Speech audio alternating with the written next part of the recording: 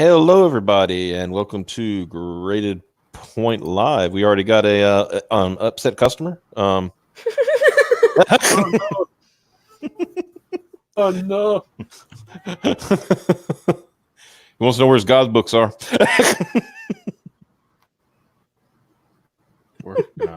Working on it.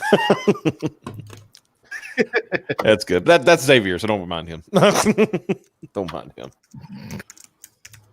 So let's do this. Go ahead and put that at the bottom. I'm used to people doing sexy dances, but breakdancing works fine too. Hey man, we're all about the spinneroonie here, you know. That's fine. That's fine. Yeah, there you go. Pop 'em off, pop 'em off. So how's it going, man? You haven't talked to you in a bit. Yeah, it's been a while, man. I'm doing good. How are you? You sound amazing. That new computer, man. I know, it's great, right? Yeah. And he sounds like any work. Everything's all good. all of a sudden everything I do stays where it's at. It's great. Yeah, it's great. The computer doesn't just randomly shut off in the middle of live streams. It's great. Yeah. Amazing. Wonderful. Yeah. Yes. Excellent. Fantastic. Yeah, but your sound quality's gone way up. It's just that's great to hear. Yeah, because I noticed it on some other streams you've been on. It's like, wow, he sounds really good on there. Well, thank you. Yeah. Nice. Incredible. Colossal. Extraordinary. He spelled nice with words, by the way, if you hadn't noticed. He was I'm out of Oh, that's adorable. Yeah. But we'll get to your book in a minute and talk about that. So I want to ask you a question.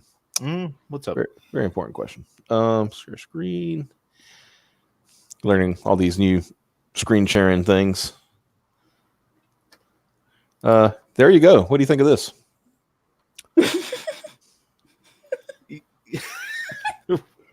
I only got to see like a few minutes of this this train wreck tonight. What is this? This is the next Xbox. Xbox 6. All right. Yeah. All right. It is literally called the full name is Xbox Series X. Oh, that's not going to bite them in the ass at all. No, because remember when they did Xbox One? Yeah, they were hoping that they would have called it the One, but then everybody was like, no, it's the X-Bone. X-Bone, yep. Yep. And now people are already calling it the Xbox X. Maybe they should have just stuck with regular numbers. Yeah, Microsoft really needs to fire their PR people. Yeah, how many times can you get it wrong, right? I mean, 360. You know, I was wondering about 360 at first, but I got the reasoning was like we didn't want it like to be the Xbox 2 up against the PS3. You know, right? I can understand that. So it kind of gave them a way to have something different, and it would say, no, this is a competing console, not a generational behind console. You know, yeah. Right. Then they went with Xbox One. I said, well, you just confused everybody. Yeah, exactly. But Microsoft always freaking does that, though. They do their shit. Their numbers are all over the place. Nobody cares about the numbers. Yeah, everyone does. I didn't get my Windows Cerno edition. You know, it's funny, man. Like, I mean, overall, like I have both systems, but overall, despite the fact that it's slightly less powerful than the PS4, I do prefer the Xbox One just because, like, besides the gaming stuff, like I do like all the multimedia options on it as opposed to the PS4. And it's just like being a Microsoft fan, as long as I have been at this point, they're making it really hard, man. And it's kind of like being a DC fan. Like you're just yes. I want to like apologizing, and you're always defending. Yeah, because you're literally like, I want to like you. Can you please let me like you? Right? Stop screwing up. Okay, and apparently, I don't know if they made it official, and I'm trying to make sure. I'm seeing if they made it official about the PS5. Which Mike and I have related. If a router and a CB radio had a baby, right? That's kind of if the leaks that I've been seeing are true. You know, it does not look like they've made a what you call it, a official announcement yet at the Game Awards, because that's what's going on now. Sure.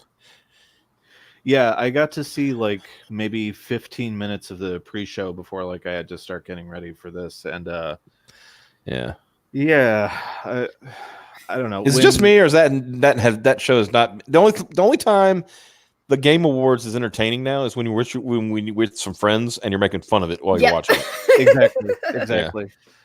I mean, other than like that, it's they want to take it so seriously, but nobody who even likes video games takes it anywhere near as seriously as they do. Yeah. And it's like, guys, it's not the Oscars, and it's never going to be the Oscars, and even the Oscars nobody cares about. Yeah, exactly. Yeah. I'm looking at the hashtag right now just to see what people are saying. I mean, the best part of the Game Awards is that, you know, if you just skip watching it altogether, like a half hour after it ends, you get to check out like all the trailers for whatever. All the new trailers. And yeah. So, you're gonna like this. Did you hear about the did you hear about the Fortnite announcement? No, I'm not a Fortnite guy, but what's up? So J.J. Abrams comes on the stage. And if you're playing Fortnite this weekend, you'll get to see special footage from the Rise of Skywalker.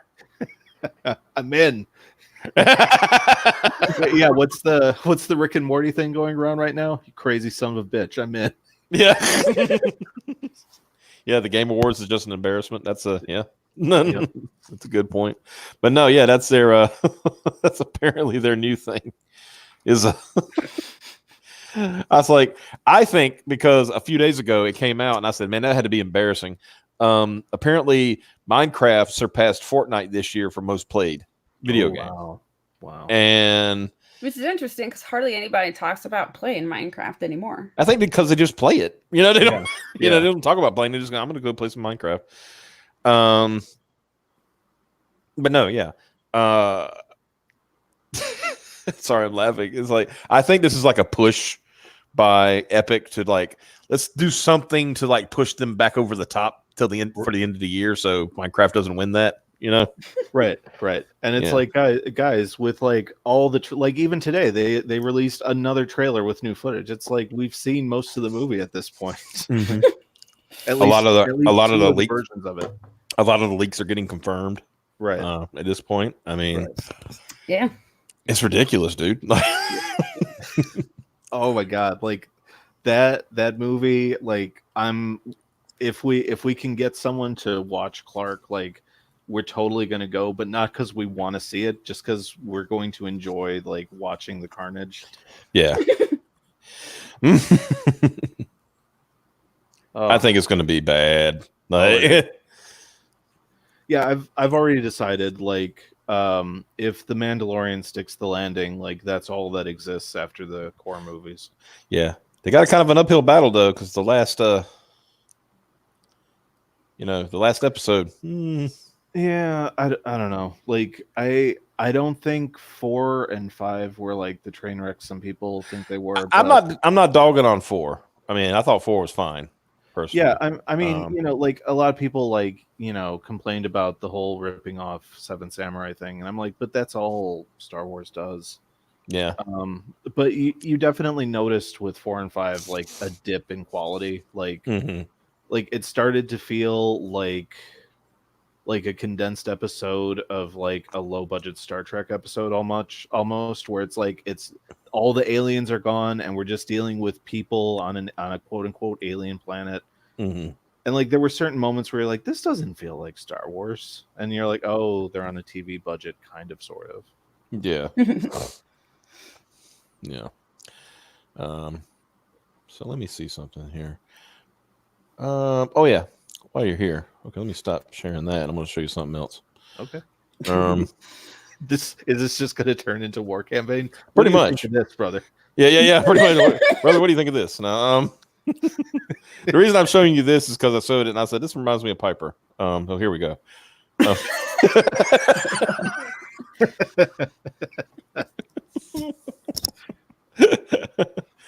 Have you had this talk with Selena? Yeah, I was gonna say that's official merchandising coming out next year.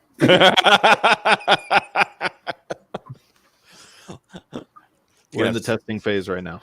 Samurai heads and dinosaur heads. Yep. Yeah.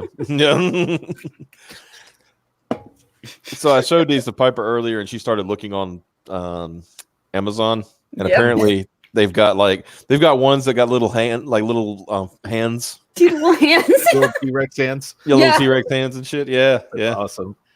We found a cute little Godzilla plush that we all want. Oh, nice. Yeah. I put a 4-pack of these puppets on my wish list that were like the worst.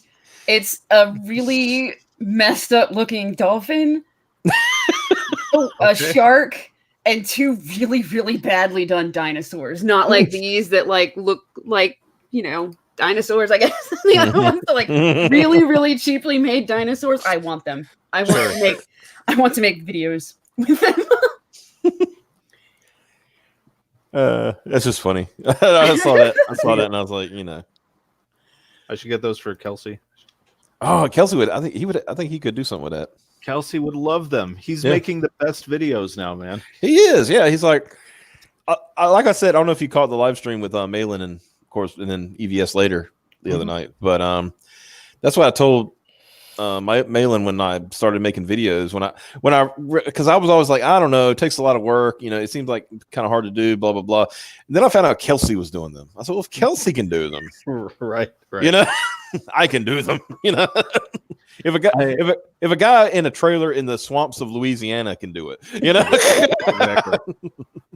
I know it must take him forever, but I love those like short little animated ones he does every couple months. Yeah, those are fun. I like the one he did the other night, like when the other week when was with Cecil and Jesse and oh god, I can't think, Jeff from World Class Bullshitters. Right. We're at Ethan's house, and Kelsey was like, "Let me in, Ethan." And he's like, "Yeah, you can hear them talking inside. He's outside knocking on a door." Like, oh, I know, that was cracking me up. But he's trying to look in through the peephole. Yeah. You know what? Hold on, I'm gonna pull that up. Give me just a second. Yeah. I don't think Kelsey will DMCA us. I don't think so. He isn't Matt Mertz. Let's see, Kelsey Shannon. The one he did today was great on Christmas movies. Like, he talked about Santa Claus the movie, and I haven't thought about that movie since. Oh God, yeah. Looking back, that wasn't a terrible movie. Yeah, again, I straight up, except for vague memories of it, I don't remember anything about it. So now I want to try to hunt it down. Yeah, a lot of people didn't like it back then because it was like too realistic. Sure, and sometimes you just want your fantasy to be fantasy. Sure. And, well, I mean, when it opens with Santa and Mrs. Claus dying, yeah, you're like, all right, well, we're in for it, huh? Yeah, it's like, oh gosh, what's going on here? Okay. Oh. All right, let me go switch the thing. That's one thing I don't like about StreamYards is like I have to stop one to do another one. Right. Other than that, deal with it. It can't be helped. Yeah. I know 2 weekends ago, a lot of people were having problems because they moved out of beta. Yeah, they moved out of beta and immediately started having problems. So I was like, that's funny. Right. Okay. And the thing is, like, they had a good deal on their, their premium service. Mm-hmm. It was like, it's regular $20 a month, but you could get it for like $16 a month. But the problem is you had to pay for it a year at a time. Right. Yeah, all at once. I don't have that kind of money right now. Because I would like to expand, because I like, some of the cool shit like Cecil does and, and Kelsey now do, with their, right. Okay, but here we go. You seen this, Piper? No. All right, check this out. This is see this. Hey, it's Comic Artist Pro Secrets.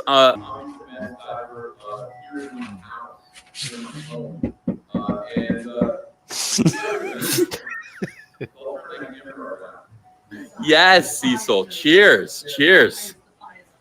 Yeah, I know. By the way, everyone's making fun of my pies. They're up there. And that's not it. I mean, there's another pie. Andrea has another pie.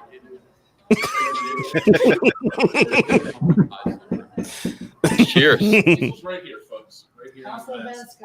Don't get a low angle of Cecil. What do you? I mean, that's.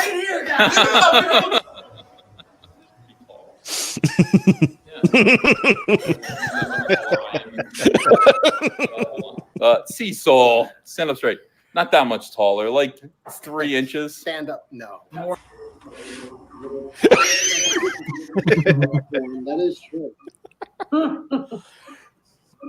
And there they are watching the Star Wars holiday special because Ethan likes to torture his his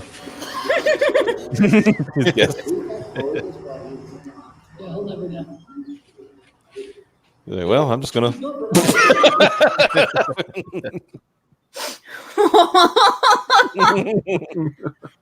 Now look at the what he says. I thought his front door would look nicer, but Jersey.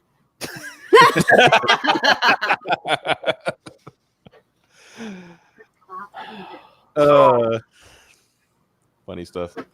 So let's see here. Let's talk about the Gods Fear Me. Okay.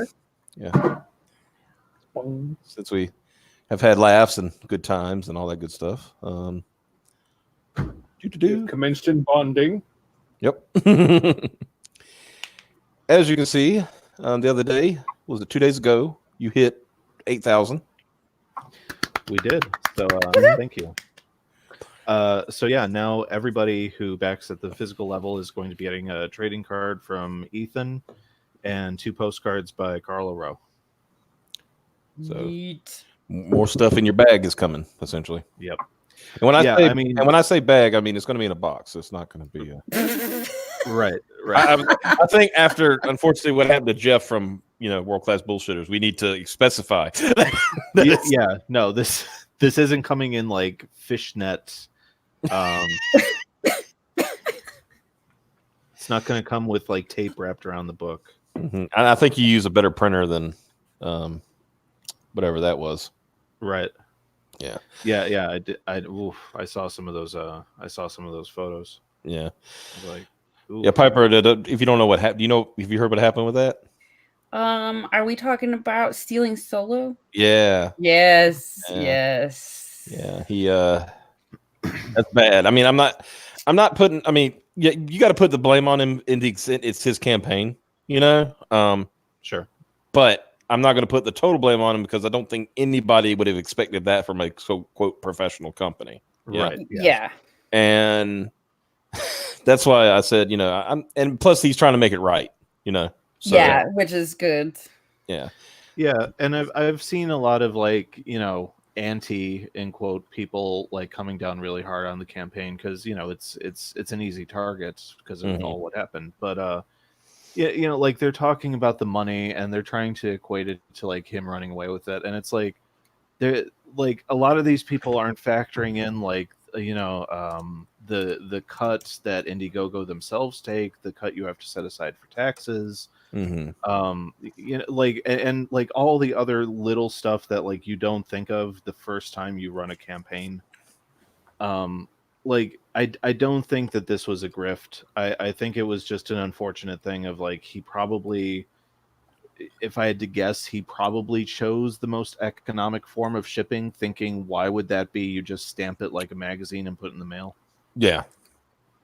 You thought it would at least go, in something. Right. Right. Yeah. Like I said, I mean, I just think, things were probably not explained to him correctly. I can tell that he probably got a PDF proof of the work and not a actual physical proof. Right. Right. Yeah. The only, I mean, and like even this isn't ironclad, but like the only time I'm comfortable with not getting a physical proof is if I've gone with the printer before and I know the type of work that I'm going to get from them. You kind of already got a trust built up with stuff. Yeah. Like who we ended up going with for Samurai, we've used for submissions over the past couple of years. So, I'm going with the digital proof because I know the quality of work that they do and I'm relatively confident, but even still, like I was just talking to this with Von Claus and Eric there's still, once you have the files sent off to print and it's like a month, 2 months, whatever it is before you get the books back, every day is just, oh my God, I'm going to get these books and the cover is going to be upside down. Like page 36 is going to be missing. Like, so yeah, it's just kind of like a month-long hell until you actually get the books in your hands. Right. Yeah, like I said, I get it, and like I said, I'm glad that he's working with the company. I bet you $10 he'll never work with that company again. Oh no, after that, and I'm glad he kind of it came out who it was, because I don't think anybody should be using that company. Yeah, I was gonna say I don't think anybody wants to use them, so it's nice to. Oh yeah, no, I'm never even like, now that I know who it was, I'm like, you guys are never getting anything from us. Dive Ninja says, "Hey Mike, looking forward to your book, man." Thank you. Yeah, I'm looking forward to Colorization. So yeah, that's I mean, between now and the week of Christmas, like I'm gonna be hustling really hard, because I know up until like the first or second week of January, it's just gonna be no man's land. Yeah. I'm hustling hard because A, I really want the book in full color, and B, since I'm the colorist, like this is pretty much going to be like my only payday on the whole project. Like every other cent is going to Kristen, the other artists, and the backers, because it goes into improving the quality of the book. Yeah. So yeah, like I'm working hard to get that full color, man. Yeah, I think, and like I said, I think like Piper said, it looks great in black and white, and I'm not disagreeing. But after you showed your colors, let me scroll down. Is it in one of your updates? It should be, right? It should be on the main story, but Main I mean, story? yeah, you can. I colored that too, so. Gee, we know this artist. Yeah, we do. Yeah, he might be in the chat. He might be a mod. Very good mod too. Yeah, if he's around, hey Sam. Yeah, he's in there. But yeah, I remember like when you were, every time it was so funny, like because of following both of you, every time you would like do a new tweet for this, he would like right underneath it put his art underneath it. He loves doing that. Yeah. Just like this little PS. Yeah, PS, I did this. I'm like, they know, buddy. They know. No, but he's the best, and yeah, we got something else cooking, me and him, for next year. Yeah, nice. Ooh. I'll pick his brain about it. He'll tell me behind the scenes. I'll tell you once we're off air. That's fine. Yeah. I'll just say, like, for people who are listening, we'll listen to this later. Some of the stuff that is coming next year from some of these guys, just watch out. Like, holy crap. I know. Like, it's not even like a shameless plug thing. Like, some of the stuff that I've heard of from the other people out there, like, 2020 is going to be tough on a lot of wallets. Like, mine more than many. Because you got you got a lot of people now who are working with Good Preston. Yes. He really Micah and Preston got something coming next year. I think he's going to try again with his book. Yes, which he should, because it looks great. Yeah, I think he just hit it at the wrong time. In all honesty. He hit right at that. Get it next time. Yeah, he hit right at that time when when people are thinking more about Christmas than they are other things. And right. It's unfortunate, but you know how it is. Yeah, next year has so much. Is that fire or wait a minute? Let's look at this. Fire or Tweety birds? I guess that's fire. Okay, Fire. They look like little birds if you look at them at a certain angle. There's so much Tweety birds coming.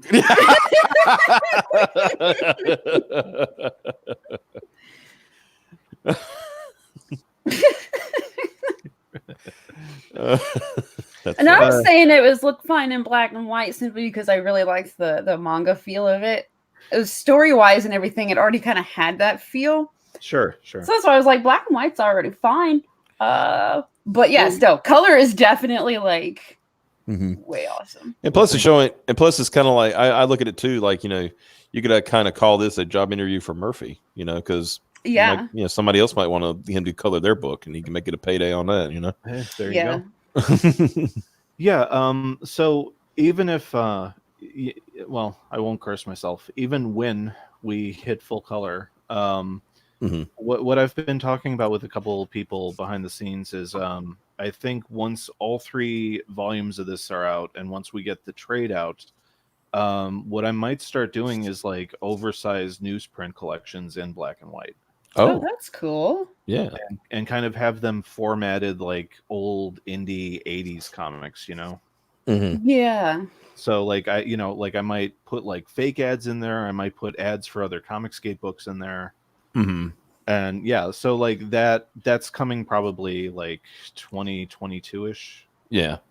So if you know like a campaign is upcoming, by the time you get the book out, you can be like, hey, this book is going to be there. Check it out on Yeah, Indiegogo kind of thing. exactly. Yeah. Mhm. Yeah, that'll be neat. But yeah, like next year is going to be packed, man. I mean, like we, obviously we'll be doing God's Fear Me 2, and I've announced Deep Well, The Caliber of Death, which isn't the Simon thing. Mhm. So like that's out there in the world, and like just the Preston book that he's doing with Micah, and like so many other things, man. Like I'm gonna be backing so many titles. Yeah, and just an FYI, I'm getting some things lined up for a certain submarine book. Oh yeah. Just A very certain submarine book. very certain submarine book. I've got something coming, and I've got a surprise, and I've told him he's got until New Year's Day to get it done. And the reason why is, like I said, New Year, time to start it off with a bang. Yeah. And no, it is not a yellow submarine. It is a very sad, depressed submarine, unfortunately. But also hilarious. Okay. Yeah. We did an entire stream about it, like almost a year ago, it seems like. But we did it because, well, Mike, you know how it is. Like it's kind of like you got to like put your idea and stamp it out there so it doesn't get like taken. Yes. So I announced it long time ago just so people know, if you're doing a submarine, we got a lock. You ain't doing no submarine books in this. Right. You came to the wrong town, mister, if you think you're going to do a submarine book, I own the submarine game. Yeah. Yeah, it's this weird thing, man, where it's like, I mean, I know people like Alan Moore have talked about the idea of like idea space, where like once you have a thought, it's kind of out there in the ether. And I don't know, man, sometimes I feel like that shit's true, because like there are so many times where like I'll think of a concept, especially back in my college days, like I would think of something, but because I didn't have the means to make it, it would just kind of sit there. Yeah. And like sure enough, like a year and a half later, like that thing is like on the stands, or it's a movie or whatever. And you're like, mother. Yep. I'm like, well, there goes that. Yep. That's happened to me more than once. Yep. I'm so pissed. Yeah. I will forever be salty. Thought you had a good idea. Right? Turns out somebody else had that good idea. Dang it. Yeah, well, it's kind of like the other night when we had Brian Christow on, and he's talked about like the 6-gun gorilla situation. Right.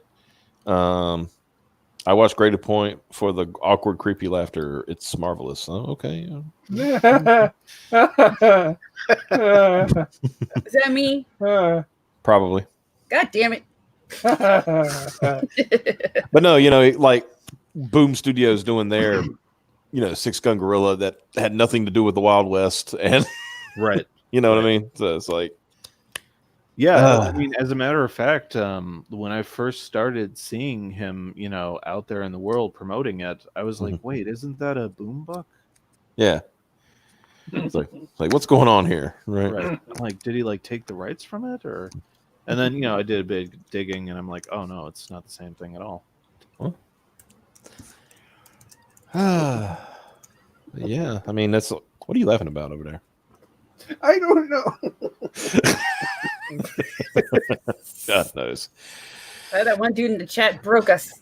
Yeah, because he said it's all of you. Not just the Not creepy. just me. There we go. There you go. There goes Mike. He's done. That's the one.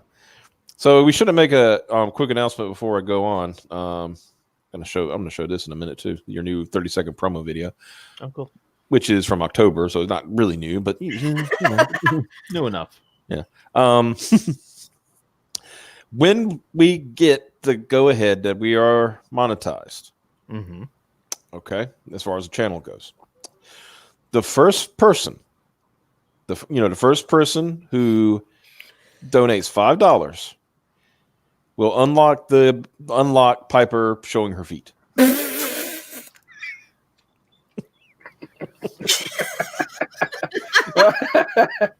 I shouldn't laugh too hard because I know Because you wait till you hear the $10.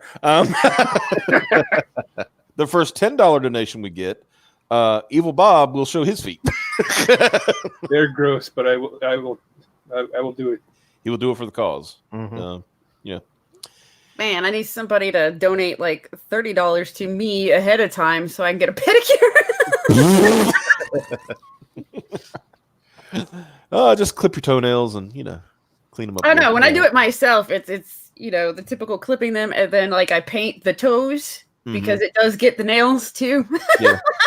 You just want them to do your cuticles and all that stuff, right? I don't know how to do that. Cuticles and shit. Mm-hmm. And if we get $50, I'll donate that $50 to Mike Murphy, and he will show his butt. Well, now I'm contractually obligated, man. Thanks. Dude, I say people can turn the sound effects on and off via super chat. Oh yeah. Like we need more sound effects. Yeah. I'm not doing them right now, but Mm-hmm. on shows, I guess when we don't have a guest, a creator. Yeah. Okay, let's show this. So you have 1,000 subs, 4,000 hours of viewing. We have it. Everything is good. We have everything. We have the 1,000 subs. We have the 4,000 hours. In fact, we have about 10,000 hours. Where we don't have is the approval. Because Super Chat. Did you click on the things? Yeah, everything's good.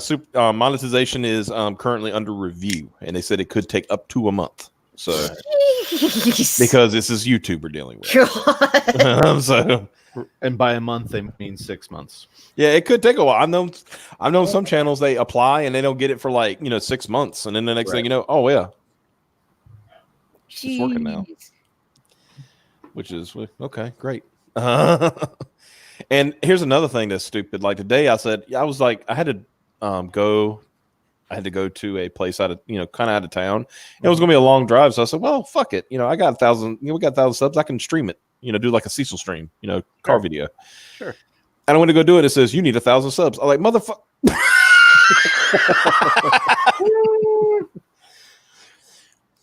Exactly. I do agree. You earned it. You should have it. Yes. I think it should be automatic. Like as soon as the switch is flipped, and yeah, and then later they can just demonetize you when you do a no. Yeah. Instead of looking ahead of time. Yeah. I mean, my thing is like it's beneficial to Google because they get 30% of the freaking super chats anyway. Mm-hmm, mm-hmm. So. Yeah, I mean, even though it might not be a ton of extra revenue, you'd think they would appreciate some extra revenue going towards them. Exactly. Anyway, let's take a look at this 30-second promo. And you did this because I think it was, if I remember correctly, Malin did a thing on Twitter saying people should make a 30-second promo video of their campaigns. Yeah. Again, like after the scheduling blunder that I had where I didn't listen to him about how far out you should set your estimated fulfillment, I was like, all right, I'm always going to listen to Coach. Yeah. Never not listen to Coach, right? Yep. Can I just do an open link? Oh man, let's play here. Oh man, that's a tiny. Hold it. This is tiny. Whoa. I thought it would expand when you hit play. Yeah, when you let you do that. Okay. All right. That's weird. I will just open another tab, and I will go and do this thing. I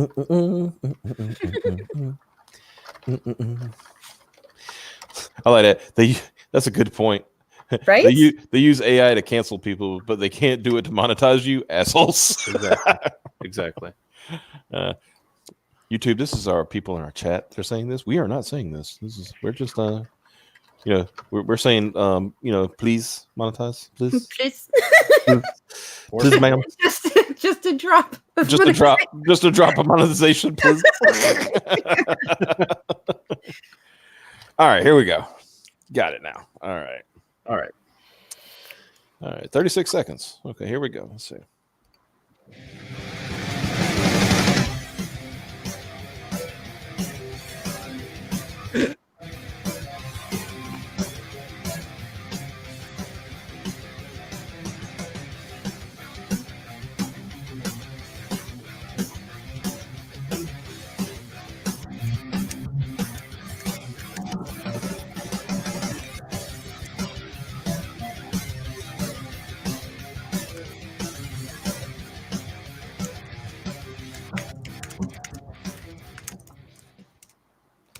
That was good. Yeah, they use AI to cancel people covering half of it the whole time, but Well, that's good. You got the gist of it. Who cares? Yeah. banner boomer. Exactly. Tangentially related. It's fine. Malin has streaming again. Yeah, that's what look. I'm telling you guys. You come on this show, good things happen. Right? My Murphy, he'll attribute to that. He knows. It's true. You guys have been a good luck charm this whole time. Yeah, I mean, you think about this, guys. Crystal McGee came on our show. She got monetized. Mike Murphy comes on the show. I mean, he got funded. I'm just saying. John Malin shows up. Next thing you know, he's able to stream again. Come on. Who are the kingmakers? Is it Ethan? Or is it us? Yeah, that's motherfucker. Yeah. I mean, if I remember correctly, Ethan's the one that got Malin's streaming ability taken away. We got it back. We showed him that he could be a good boy on stream. Yeah. Yeah. It's like, Ethan says, "Can I share my screen?" Yeah, don't share Charlie XCX on my stream. Right. I feel bad. I got somebody's streaming ability taken away when I was on their show, and I still feel bad to this day. They ended up completely leaving YouTube. They ended up leaving YouTube? Yeah, they ended up just wow. going somewhere else, and I think it was like their first stream. Oh wow! What happened? I was screen sharing, and I was supposed to do something, and I had a port tab. Oh, okay. All right, this is a good question. How many subs did Malin plus Ethan bring to this Chan? It's a Chan board now. I was going to say his channel. Yeah. No, seriously. I believe we were at 555. Yeah, it was 555 when that stream started. By the time they were done, it was around 900, and then after getting residuals the next few days from Ethan's video, because people watch his video after the fact. Mm-hmm. It is now sitting at about, I think it's like 1,035.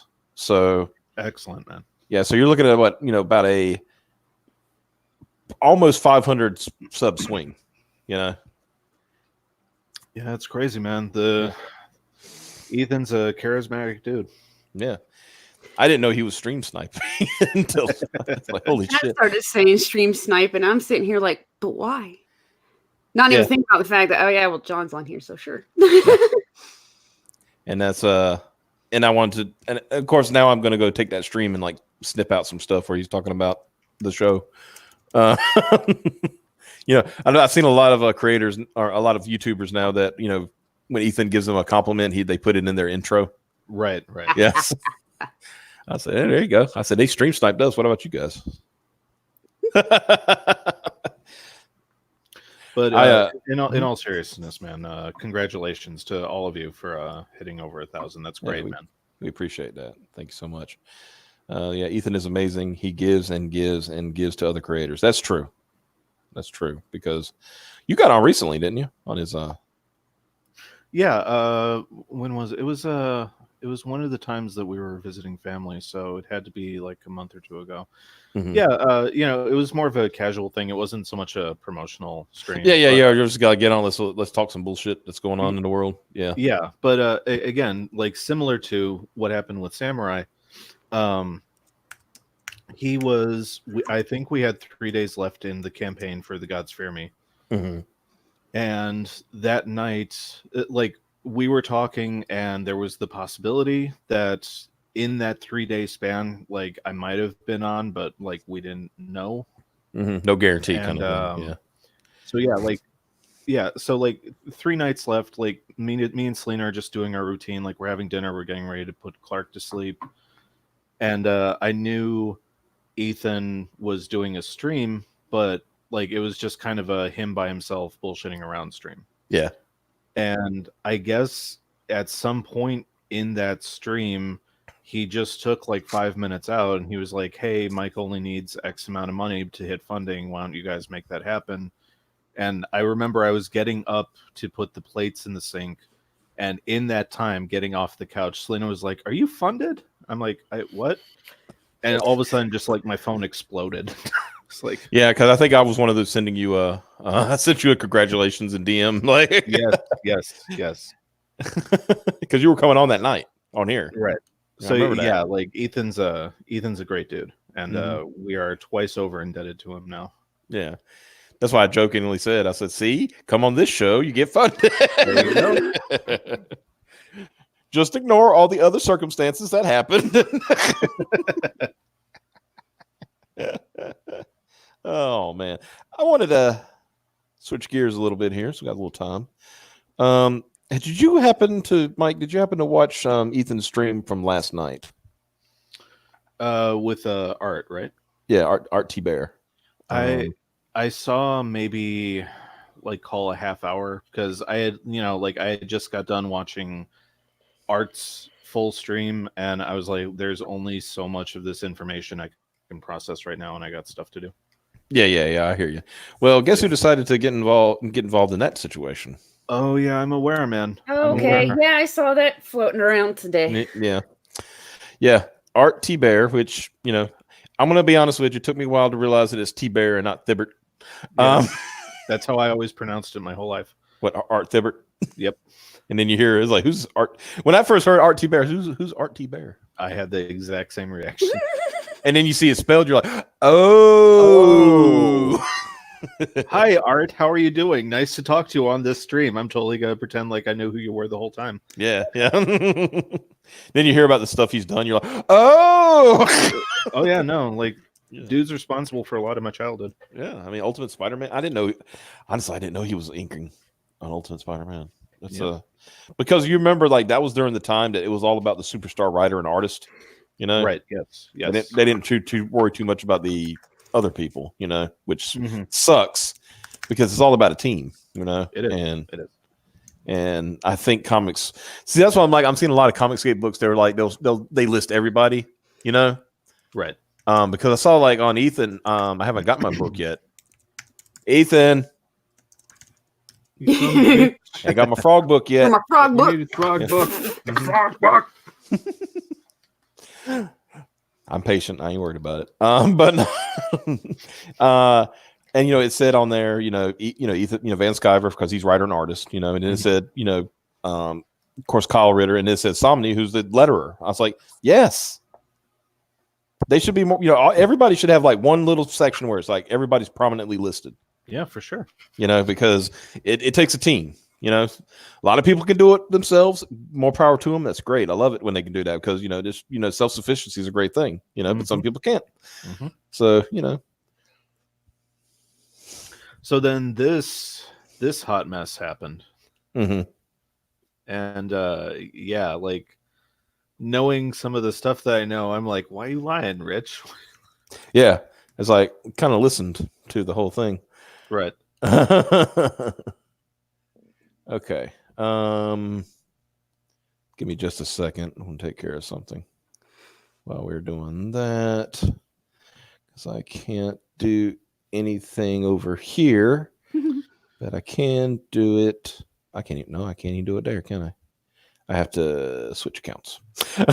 Okay. Awesome. Yeah. Over the years, I've known a lot of people in the industry who have been personally attacked by Rich. So Mhm. I have no love lost for the guy, and I always compare him to what's her name, Heidi from The Beat, the kind of New York counterculture version of Rich. Mhm. Who she went after me like when I put out my first book way back in 2005. Because I said some wrong things to the wrong people on one of the Warren Ellis boards. Mm. And yeah, she did that whole like hit piece thing of like she put my book up next to, I think it was Finder by Carlos B. McNeil, and she's like, now which one of these creators are you going to take their word about? I'm like, what? Like, and like Carla wrote to me and she was like, I don't know why she does this. I'm so sorry that you're dragged into this. I'm like, Mhm. okay. So yes, this is very much apropos of Rich's behavior. Mhm. So to kind of explain the situation, like I said, if I read all the, I mean, look how long this is. Yes. This is ridiculously long, and it's really nothing. Mhm. And it's all because they're trying to. It's two things. It's two things. They're trying to make like art had like a ulterior motive for telling the story, Mhm. and also to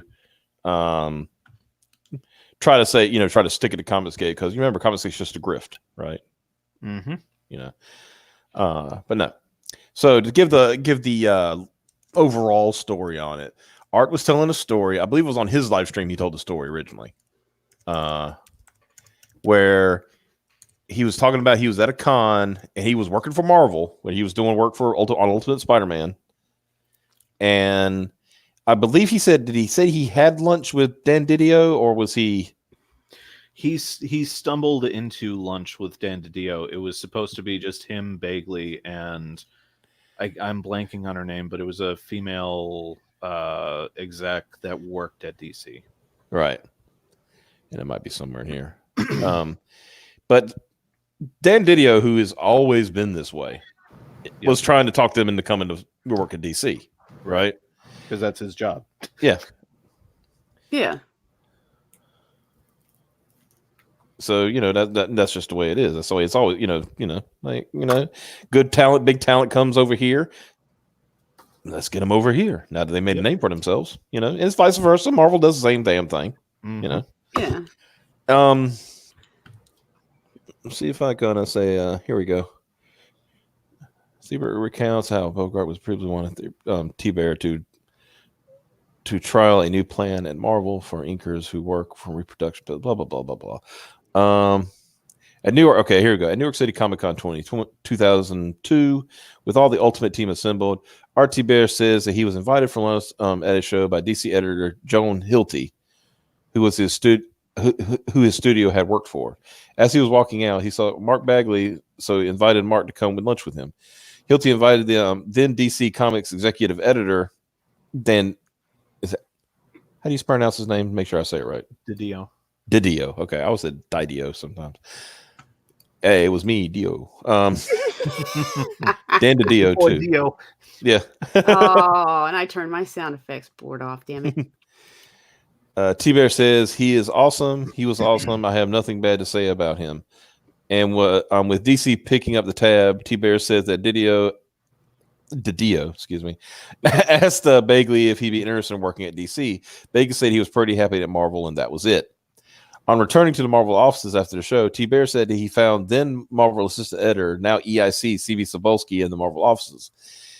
But then he was just another guy. Now, previously, David Finch and Art Tbear had been offered the Batman comic at DC after Jim Lee and Scott Williams' run on Hush. At the time, Tbear says he advised David Finch not to do it, as it was a, quote, losing proposition to follow Jim Lee, which is that, yeah. Mm-hmm. Mm-hmm. You don't want to be the guy who follows Jim Lee. You want to be the guy that follows the guy that followed Jim Lee. Right. You want to be as far removed from a Jim Lee run as possible, because you don't want to be directly compared to that. He knew a lot about. He did it before on X-Men. He talked about how you would become open to comparison, and the sales are never as good, while the Ultimate books remain steadily in the top 5 sellers, which is true. At the time, the Ultimate line was basically keeping Marvel going. Yes. 100%. Tbear said that Sapolsky told him he wanted to write comics, wanted to write Batman, and wanted to know who he should talk to, that he wanted some advice, and asked Tbear, weren't you and Dave offered Batman? Tbear said yes. They were offered the job, but weren't going to take it. But when Tbear got home from the show, he got a phone call from Sapolsky saying that he had David Bogart on the phone, and that they were going to have to let you go, fire you. He asked, for what? He says he regarded Marvel as a family at this point, and he was no longer living the freelance back and forth and wanted to do what was necessary to stay at Marvel. But why? He says he was told that we have heard that you were trying to steal talent from Marvel and bring them to DC. Okay, I want to remind everybody, Art at this point does not work for DC. Yeah. Is not actively doing any kind of work, not even a freelance work for DC. It is in no position to hire anybody at DC. Mm-hmm. Just, What and logistically, like, sure, Art was a name in the industry at that point, but logistically, like, if you think it through, like, how does that work? Like, a person who's primarily an inker is going to have the pull and the ability to convince writers, artists, whoever, to drop everything they're doing and sign on with the opposing competition. Yep. Like, what? Exactly. And I like this. He was told that, quote, we have heard you are trying to steal talent from Marvel and bring them to DC. He asked how, and that it was not in his power or to hire anybody. He asked if this was in reference to Mark and Art going to lunch with DiDio and Joan. He was told yes, and other things, including the Batman offer. He says he told them, I've been working for Marvel for 20 years, responsible for books put out. What are you talking about? I mean, how? What the fuck? I mean, yeah. Oh, that would be me. Yeah. What the fuck? He was told he was fired from Ultimate Spider-Man as a result, accusing Sapolsky of ratting him out over the Batman offer, which I think that's pretty awesome. Yeah. He says Sapolsky told him that Marvel already knew. Doubt. Tbear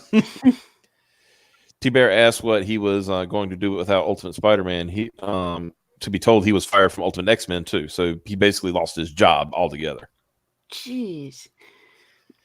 He asked again, for what? The people in the industry have lunch all the time. That DiDio, damn it, I'm going to get it right in a minute, asked vaguely about DC. That happens all the time, too. And that Marvel people do it to DC people all the time as well. It's like, why didn't they fire Mark Bagley? Right. Yeah, what the hell? I mean, Mark Bagley's the one that got the offer. Straight up. You know what I mean? Like, right. I mean, as Art has pointed out in his own words, and I don't think they recount here, like, Art believes that it was more to send a message to Finch and to Bagley. Yeah. Yeah. Just some straight up bullshit, if you ask me. Fuck. Yeah, that's fucking dumb. Now, at this point, he's obviously been talking to other people about these allegations. And while Marvel Comics aren't willing to offer any comment, I've been led to understand that Marvel had Rich. Come on, don't y'all got a proofreader? No, Editor? they don't. They don't? do not. Remember, God. I pointed this out before when reading. Oh, that's right. Yeah. That Y'all Marvel can hire had. me, your shit will improve. Here. This is. You want me to? Can I impersonate Rich Johnson for a minute? Please ook, do. ook. Marvel made investigation. Ook, ook. Marvel made investigation. Marvel say Marvel do no wrong. Me believe Marvel because me dumb. Man, like, I said this elsewhere earlier today, but like, Rich's 4 favorite words in the English language are sources and led to believe. Like, you will see that in every single one of his pieces, and it's a bright neon sign that just says bullshit. Yeah. You ever notice, that's another thing. He's very much in line with those people that will say sources familiar with their thinking. Mm-hmm. That one pisses me off more than anything. Yes. Like, what source is familiar with their thinking? I said, go wait. So they didn't actually say anything? Right. Yeah. Yeah, that's what I'm talking about. That's art, man. So at this point, people I have obviously been talking to other people about these allegations. Of course, Now, you're on the up and up, Rich. I want to point out that Rich Johnson will say that he is not a journalist. Clearly. Well, he's not a journalist, but he tries to act like one. Mm-hmm. Right. But he will never say he's a journalist. You know why? Because journalists are held to standards. Mm-hmm. Yeah. And well, I don't know. They were. Now, this is what gets me. They had proof that Tbear had not only been poaching talent from Marvel to DC, but had been paid by DC Comics for doing so. And that they showed his proof they showed this proof to Tbear. But obviously, Tbear is contradicting that in his testimony. And when I asked him about it, he told me DC Comics never paid me to woo people away from Marvel. They would never do such a thing. I would never expect such an offer. I never tried to woo anyone from any company. Mm-hmm. Yeah. I'm sure Rich wanted the receipts on that, right? From Marvel. Right. Of course. I mean, obviously they have to exist for the claim to have been made in the first place. Yeah. Doesn't it sound familiar? Doesn't it sound familiar? God, I mean, it's almost like this is a pandemic to human nature and not just, certain segments of it. You know what I mean? Right. Back to the video. Tbear says that Bogart told him, quote, "You will never work at Marvel Comics again," which Tbear found even more objectionable as he had been working for Marvel longer than Bogart had. Tbear asked if there was any way to change this, any way that he could say or do, and was told, "No, you'll never work here again," and he hasn't. He says he thanked them very much for his time working at Marvel and concluded by telling them that you can go fuck yourself. I'm gonna be honest with you. What I would have said. I've been honest with you. Like, knowing me, there might have been some hands being run. Well, they were on the phone, though, weren't they? Yeah. This was on the phone. No, I think I made a drive, is what I'm saying. Like, all right. Oh, okay. We can talk about this. You just would have gone full Harlan Ellison. Oh yeah, I'd rolled up in there. So all right, let's you want to have a discussion? Okay. Right. Was it you remember the show Aqua Teen Hunger Force? Mm-hmm. That time when Shake nearly burned down Carl's house. No, he didn't burn down his house. He burned down his car. He burned his car up. Yes. And he was in space. And he was in space, and when he came back, like Carl was waiting for him with a crowbar.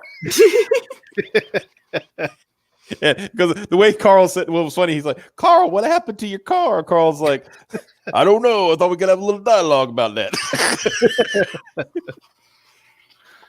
He said, "Oh, that's a nice crowbar you get." "Yeah, you like it? I want to introduce it to you up close. Taste the chrome." My favorite Carl line is the Aqua Teen Force turned him into like a bunch of giant eyeballs, like instead of his body. Oh yeah. And he was like, "Why do my knees feel like they need to blink?"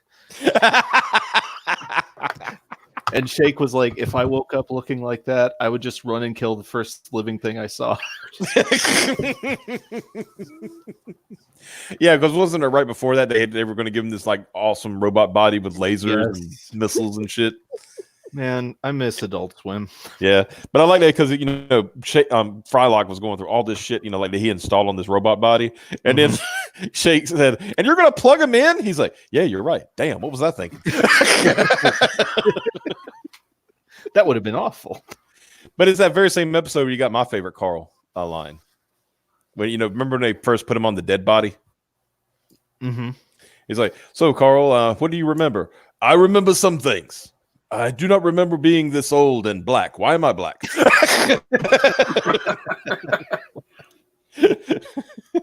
Man, dude, that and That and Harvey Birdman, Attorney at Law. Like, were Oh, my I loved favorite that. thing. Yeah. Oh, I loved Harvey Birdman. It was great. That's a classic Adult Swim right there. Now all you get is like it's a bunch of Rick and Morty and Yeah. it's stuff that's just not that good. You know what I mean? It's No, I hear you. not. I hear you. Yeah. I was thinking about like I was even thinking about like just Cartoon Network in totality the other day. I forgot it was something about somebody was talking about like a programming on some other channel. And I said, well, it can't be the worse than Cartoon Network where it's literally just Teen Titans Go all fucking day long. Yeah. Right. Oh, Right. Or whatever else they have. You know what I mean? Like Johnny Mostly that. Test. Oh, Yeah. God. Have you seen the horror of Johnny Test? Holy No. crap. Pray you never see an episode of Johnny Test because that's all that plays up here on the Cartoon Networks. oh yeah, you Oh. got Canadian Cartoon Network. I forgot about that. Oh, that's even worse. Oh, I swear to God, the budget is like $50 an episode. Yep. Hey, Micah Curtis is in the chat. Hello, Micah. Hey, Michael. They had some. I don't know what, but I know like apparently it's the person who's running Cartoon Network has recently. They've been. The quote is they decided to resign, but I think we all know what that means in corporate speak. They got fired. And but I said, okay, but what's going to happen when the next person steps up? It's going to be the same shit, you know. I remember when some of that shit was fucking entertaining, you know. Yeah, for sure, man. But they're even the original shows. Now the original shows, I'm like, I don't want to see that. You know, like, whatever. Yeah, no, I Yeah. Space Ghost Coast to Coast too. They mentioned. I love that too. And that was just fucking recycled Yes. animation, you know, and they made that great, you know. Yeah. Just it felt like content that the people making it actually wanted to see and like really enjoyed. Whereas like I don't know, man. Like I like even with like something relatively popular like Rick and Morty, I feel like we had 2 really solid seasons, and now it just feels like both of them, Roland and Harmon, like it feels like they're just running out the clock because they signed this epic contract 7-year, like, yeah, because they've like because it was like I think they originally wanted to do like 4 seasons, and now but they signed a thing for like 7 or something like that. Yeah, it's like that's ridiculous. Yeah, it just I don't know. Like I think whatever those negotiations were with Cartoon Network, I think all parties involved were a bit generous with how much interest there would be in that show for X number of years. Yeah. I agree with Micah. Yeah. Micah says, I am playing Leroy Smith and Tekken. I just want everyone to know that Wu-Tang is for the children. Wu-Tang is for the kids, yeah. Yeah, I mean, who ODB told us that, right? He was at the Baby Jesus. Yeah. I remember he busted in on that award presentation. It's like, yo. Gotta let y'all know the Wu-Tang is for the kids. I miss ODB so much. Like Selena had never seen the video for Baby I Got Your Money. So she didn't know that it was just him superimposed over footage from Dolomite. It's so good, man. I think about OBDB, and there was this kid in our class that I don't know how. I mean, we called him Dirty Mouth for some reason, right? And because I can't remember. I think it's breast stank or something like that. All right. Yeah, I was gonna say literally or figuratively. Literally. Okay. But at one point, like they were, like something happened. Somebody said, like it was he did it. He made like some kind of exclamation in class, you know. And the teacher said, "Who said that?" And one of my friends said, "ODB, Old Dirty Bernard." That was his name. That was Bernard. So. That's great. So after that, it was like not Dirty Mouth. He was just Old Dirty. Like, that's great. I bet you watching Dead Wing Dork. I forgot you were alive tonight. Hey, I know that guy. I actually know him. Yeah, he knew him during Gamergate days. He's a good lad. Yep. He has no arm. He has sans an arm. And that's not making fun. That's just being. That's stating facts. He's only got one arm. I can tell you about. That's why he's a dead wing. Yeah, dead wing. Yeah. If you ever want to know about his thirsty past, Yeah. Oh my goodness. we know things. okay. And he's not. Now the thing is, he's not shy about it. So it's not like we'd be telling anything out of school. You know. All right. Well, at least he owns it. Yeah. No, he straight up said he was straight up on Twitter, straight up saying, it'd be great if like some girls would send me some nudes. Yeah. And they would send him nudes. All right. Well, hey. Yeah. I was like, You man, miss all the shots you don't take. that's what I'm saying, man. I said, yeah, I appreciate the hustle. It took him forever, but I finally gave him one too. So You were just like, fucking okay, here. Right. yeah, no, it took forever, and I was finally like, all right, man. You for that much persistence, you're like, okay. All right, you should get something. All right. From what I understand, he got some news from people I'd never expected him. It's like Micah, Claude, wait. man. Wait, why did I not think of that? Just ask. Yeah. Wait, you could just ask and they'll get, yeah, man. I mean, some women are not very inhibited, Yep. Jack show is on. I hate to leave, but talk to these guys later. Yeah, I want to go watch the Jack show too, but I want to finish up this article real quick. Finish up, but get final thoughts on it essentially. Sure. Famous has no idea he was doing to make ends meet. He called Mark Bagley and David Finch. Mark says that David Bogart already called him and told him that he was going to fire Art. That Mark told him he didn't want this to happen. He wanted to keep the relationship, but he told Art that he didn't have any say in the matter. However, it seems that David Finch was okay with it. Art said he was pretty mad at Dave and still is. Tbear believes that the reason Bogart called them both first was to check what A, they weren't going to quit and run to DC over, and B, to send a message to the creators are disposable, so they should value their jobs, their Marvel jobs, and that talking to any competitor was not welcome. Marvel, y'all are the reason for Comicsgate, Right? Yeah. I mean, DC has played its part. Don't get me wrong, right? But I think we could all agree it's because of Marvel and their practices, and not just in selling the books that that are crap, but the way they treat creators and things like that. I mean, Art did not deserve that. No, just for talking to DiDio. Come on,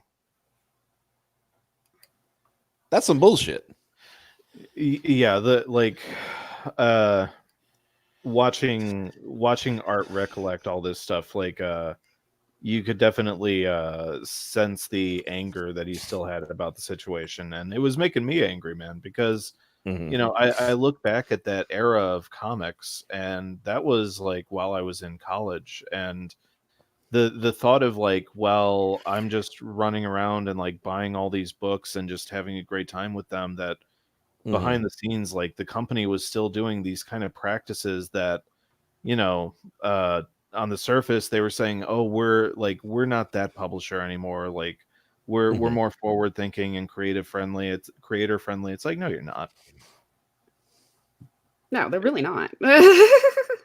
No, and again, the lesson that I've had to learn over the past, I'd say 3 or 4 years now, especially since Comicsgate ramped up, is it's sure, to a certain extent, some of the horrible business practices from both of these companies may not exist anymore, but they're still figuring out new ways to dick over talent. Not as much has changed as they want you to believe has changed. This one. Ooh, yep. Art, he says that Marvel has a quote SJW agenda, hiring what he calls Tumblr artists who are not worthy to hold a pencil. I mean, he's not wrong. Hey, Rich, I have an entire backlog of live streams that you can go and look, and I have plenty of Marvel art in it that I would not in any way, shape, or form pay for.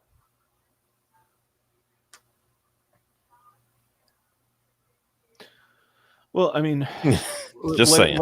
What he's doing is the same thing that everybody associated with these companies to one degree or another does, which is it's your team, right? So even if we all know that there's an elephant in the room, and the elephant is these books just aren't good, because of the people making them. We're not going to say it because no one wants to, as we see now, have a Tbear pulled on them. Mm-hmm. That's what I liked about this. In spite of that, he says the Marvel artist Chris is Pacello, right? Mm-hmm. Chris Pacello asked for him to work with him at Marvel, so he tested the waters by talking to Steve Wacker at Marvel Animation, who said he would have to go through David Bogart, and that if Tbear apologized to David, he would take Tbear back at a lesser rate until he proves his commitment to Marvel to get a better page rate. Tbear also says he had a heart-to-heart, face-to-face talk with Marvel CEO Joe Quesada, who said if he apologized to David, he was sure he'd be brought back. He told Joe, "You know, I didn't do anything wrong, right?" And he was told, "Yeah, I know, but if you apologize to Dave, you can come back." I was like, "How about?" Apologize for what? I would say straight up, I was like, "How about Dave and I go out in the alley, right? And whoever comes back in is still hired." That would be my compromise to that. There we go. Because I ain't apologizing for a damn thing I ain't done. Right. You know, that's the way I look at it. I ain't. And whoever, Seriously. whoever emerges, obviously they want it more. Yeah. Let's see. Micah says, I can only imagine how cancel Michael Crowd would react to that. The Solomon did have a harem, though. Yeah, that's true. You know. Yeah. Oh, and that's a good point. You just look at how Marvel treats Jim Starlin. They treat Jim Starlin like garbage. Yes, they do. And he is probably single-handedly responsible for their success, at the very least in the film. You know, for films. Right. Because if there was no Thanos, there wouldn't be no Marvel Universe. Marvel Cinematic Universe. Who is it? Is it Brevoort that like just has like a raging boner for killing Starlin and like all of his projects? Yeah. Yeah, I know those two are like oil and water. Yeah. Because he said, I remember, I think Starlin said he got treated better by the film people than he ever got treated at Marvel proper.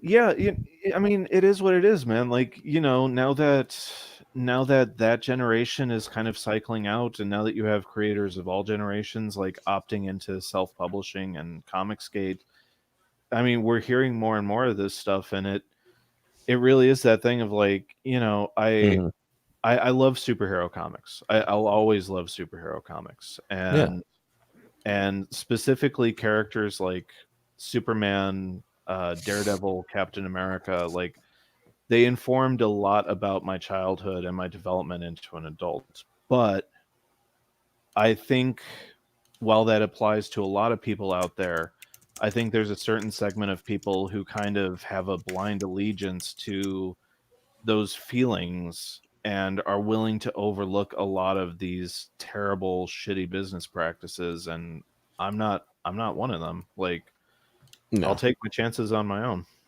Exactly. Yeah.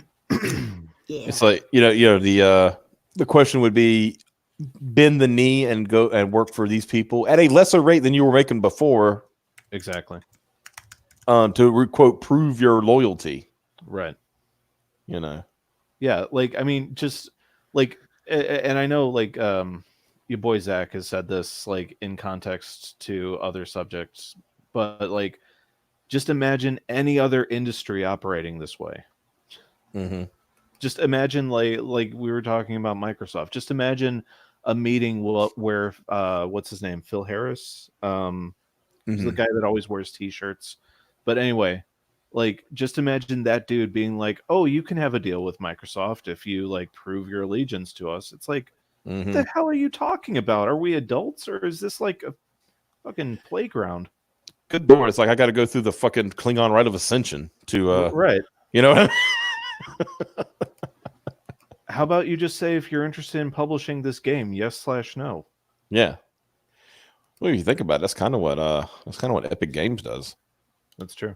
You know, with their Epic Game Store, you know, you got to essentially pledge your allegiance to them for X amount of time. Right. You know, and it's bit a lot of people in the ass, you know? Right.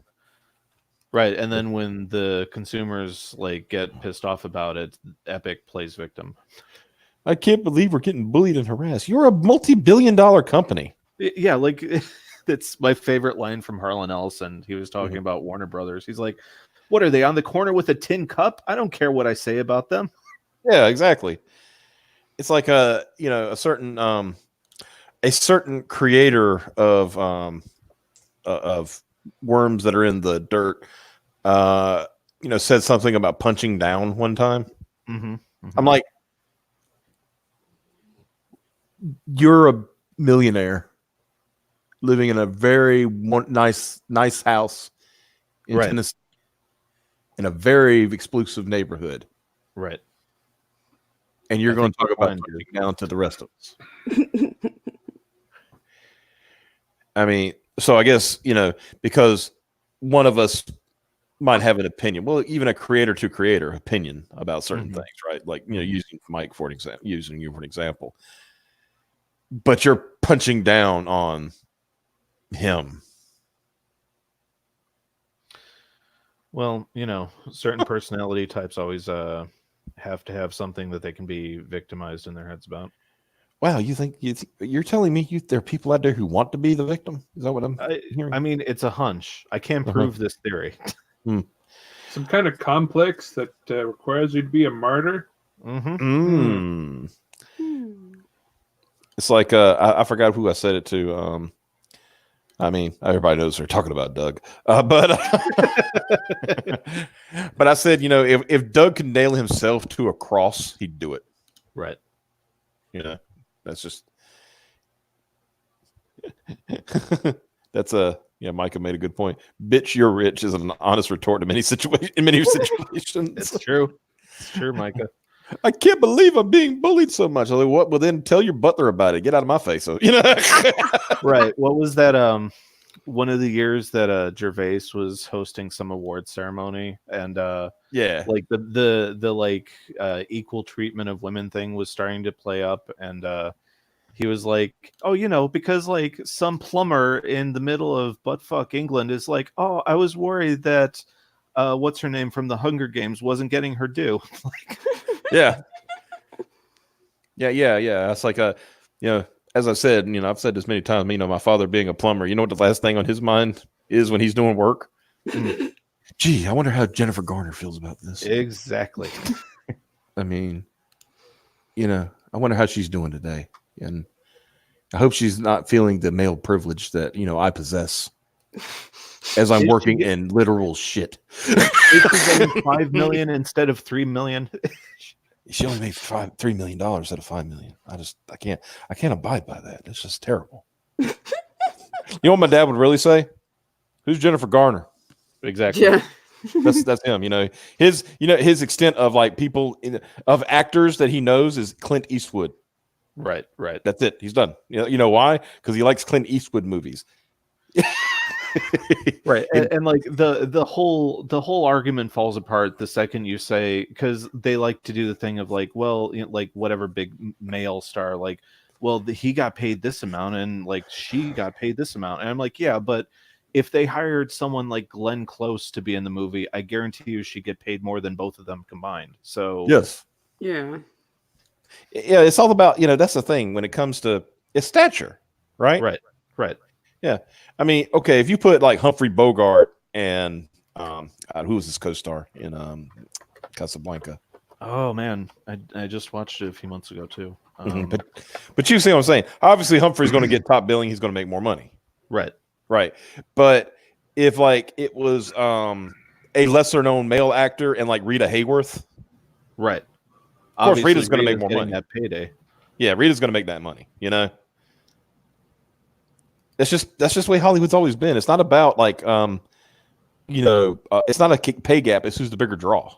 Right. Yeah. I mean, like the people who like fall in line with these arguments always love comparing like apples to giraffes. It's like, no. Like you have to compare like an industry where it's not about clout, like, and the arts in quotes is all about clout. Like, there are no set wages and there are no set contracts. It's whatever you can negotiate for yourself. Well, Lyndall Hamilton didn't make as much as Arnold Schwarzenegger. Yeah, you know why? Because he's Arnold fucking Schwarzenegger. Right. And she disappeared for 20 years. Like, yeah, exactly. I mean, come on. Give me a freaking break, man.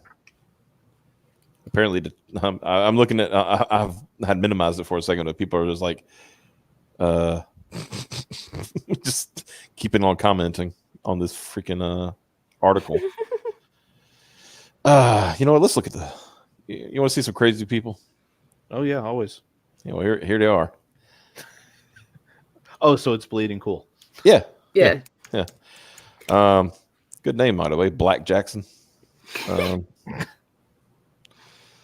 says, and he makes a good point. It's like, remember, it's always the executives who are always the worst, especially anyone in marketing. No matter where you work, there's a marketing department. They think they run the place. Remember, the marketers are first and foremost professional con artists. That's true. Yeah. And the first people they con are their bosses. That's who's behind all the dumb shit at Marvel. Is some marketers or some other exclusive bright idea to be political because they have the IQ of bread and they think Twitter is life. You know who's finding out? Who found out tonight that Twitter isn't real life? The Labour Party in Britain. Oh yeah, I haven't even been able to keep up. Oh man, they got destroyed, dude. Oh wow, absolute. Let me see if they got a. Let's put it this way. Like I said, not knowing that much about British politics, they're saying that it's the biggest majority for the Conservative Party since Thatcher was prime minister. And that's okay. So the way this whole sort of thing works is that crying out loud, you vote for your member of parliament, and then your member of parliament votes for the leader. And if you get more than half of the seats available, then you can do whatever the fuck you want. But if you get a super majority, then you can really do whatever the fuck you want. Yes, change constitutions. Mm-hmm. And it's looking like at this point, let's put it this way: if things are shaking out like the exit polling was going in Britain, then the Brexit is happening soon. Oh, of course. Because it's basically at this point, I think it's just a memorandum on just get it done. Right. And of course, Jeremy Corbyn being an anti-Semite probably didn't help his party that much.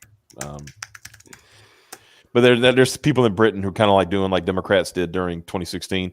I'm going to leave the country. I was listening to Sargon of Akkad earlier before I came on stream, and he was like, "Yeah, go, leave, right, just go." And that's where I remember. I forgot who it was, some talk show host, when people were saying that,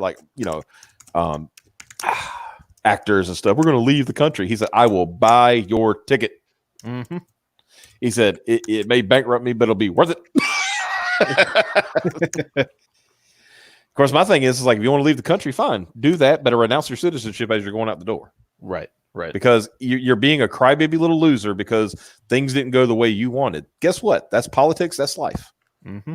Same thing with these people that work for Marvel, man. They're so entitled. They think that, I don't know if it's kowtowing or what, but it's like they feel like the toe the line. Did you know? I'm gonna give you another example. Earlier today, I was pointed to a petition where it was said, "Remove the fandom menace." Oh, yeah. From what? From the internet. Good luck. And they actually started a change.org petition to remove, to try to remove the fandom menace from, because it's toxic, right? Whatever. And all that stuff. Most of the people signing it were fandom menace, but because at that point you're just doing it to be funny, right? Right. I said, you people are doing this all wrong, right? You're doing it all wrong. What you need to do is put it on the White House, whitehouse.gov, right? Do a petition there. And then when it gets to, if you can get it to 100,000, is it 100,000 signatures? Then the White House has to respond to it. Awesome. Because I remember Trump have that statement. Oh God. What is this fandom menace here? What's going on? Oh, that's what that is. Hold on a minute. I'll make a statement. Let me tweet the statement out. I do not care. People are entitled to like or dislike the Star Wars if they want to. In fact, we're going to work on the best Star Wars. We're going to make sure that the Star Wars program from Reagan is going to come back. It'll be amazing. It'll be absolutely amazing. The Star Wars. We big league. Very big league.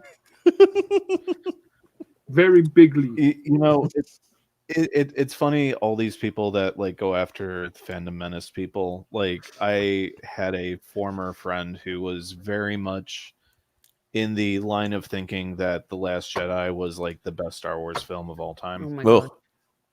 I stress former friend. Well, you know, and they're entitled to believe that, but don't hate on people who don't. Yeah, and like it just cracked me up because like it was literally this thing where like a conversation couldn't even happen. Like I remember being like, man, did you catch like Red Letter Media doing their breakdown of it? Like that's pretty much in line with how I feel about it. And he's like, I'm not gonna watch that. I'm not gonna watch like someone tear into something that I like. And it's like, but it's like it's a conversation, man. Like someone could tell me how much they hate Man of Steel, and that's not going to change the fact that I love Man of Steel. Like it's subjective. Like, so it's this thing where they really can't deal with the idea of other opinions existing in the same space as them. Yeah. Jeez. And by the way, I want to point out that Polygon is like an all-out assault on George Lucas. Of course, because I think they've done like 4 articles about him in the last few days. Mm-hmm. I'm trying to find this one that it was posted today. Was it here? Was it Polygon? But they were talking about this cut lightsaber fight from Revenge of the Sith, right? Mm-hmm. Which the fight choreographer said was like literally like the best, would have been the best lightsaber, duel in all the movies, right? And it said he cut it because they were kind of running out of time, Mm-hmm. and so but what they were trying to say is that they were literally it was nothing. Honestly, it had nothing to do with fucking that. It was all about like saying, "Aren't you glad Disney owns this now?" Oy.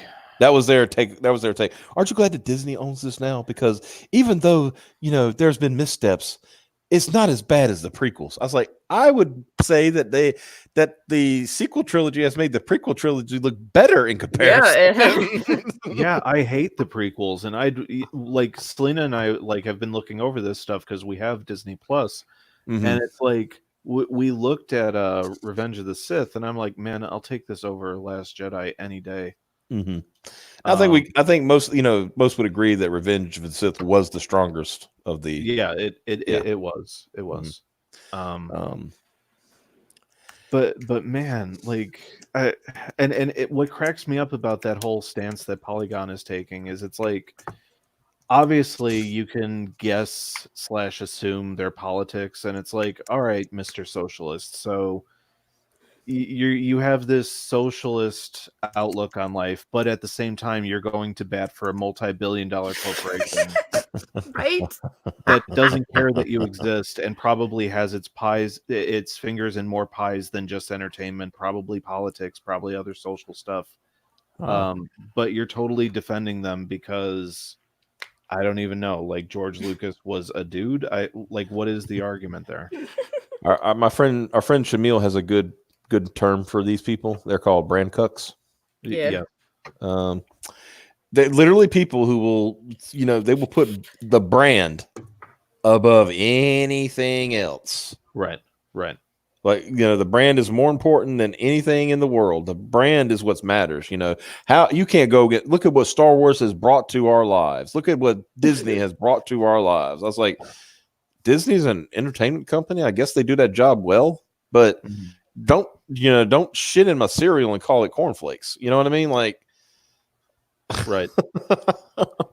No, and I've had people come over and like they like look at some of the films on our shelves and they're like, well, why don't you have this movie in this series? And I'm like, because I didn't like it. And they're like, but it's part of the series. And I'm like, but I don't like it. Why? Yeah, why do I want to own it if I don't like it? Yeah.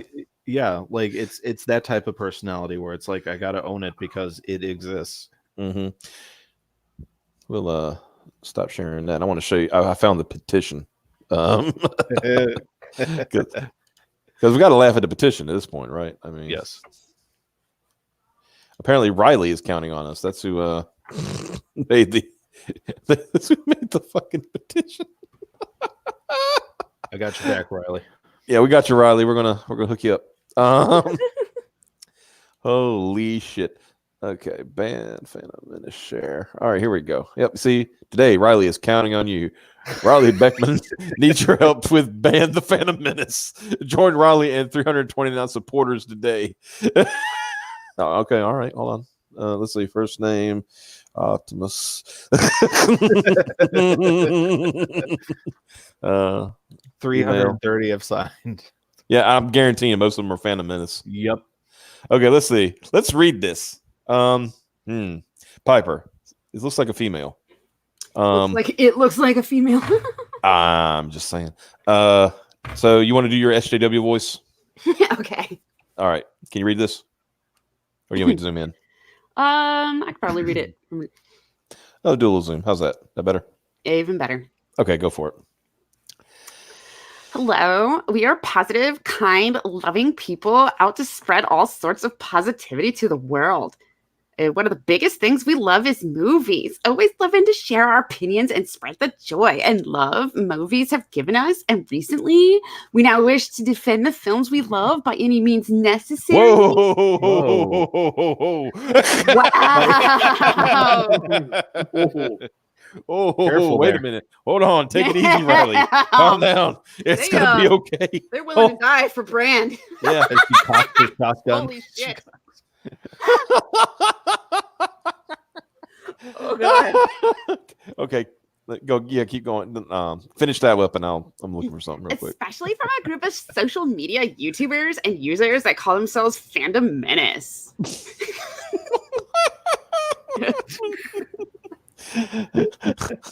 Whew. All right. There you go.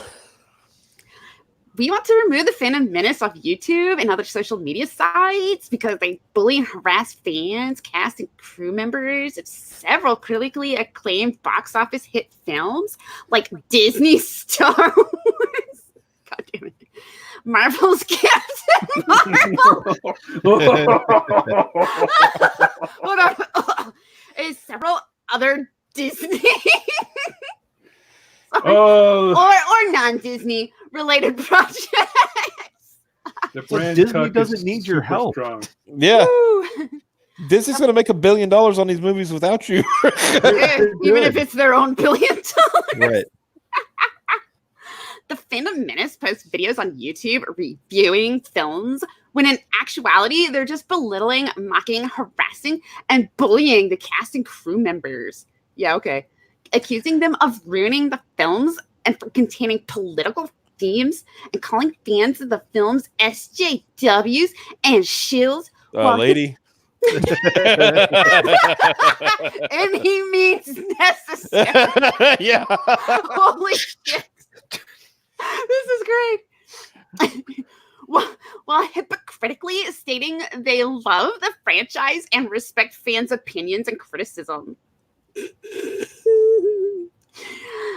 They also prove to be very manipulative. Yeah, okay. Wow. Always projection. Always trying to twist things to make them the victim. Ooh, righty. Woo! And No the fans self-awareness. and film crew they're harassing look bad. They're also prone to be slightly racist and sexist, and they denounce everything about diversity and empowerment, claiming it's SJW pandering and showing strong hatred to many female leads in films. Yeah, it's only one, and it's not her; it's her character. God. And they just simply fail to understand that diversity is a wonderful thing in the world, especially in filmmaking. And it can lead to more magnificent opportunities and changes everywhere, I bet. By any means necessary. Mm-hmm. A lot of great films are proving diversity is wonderful, especially the Disney movies.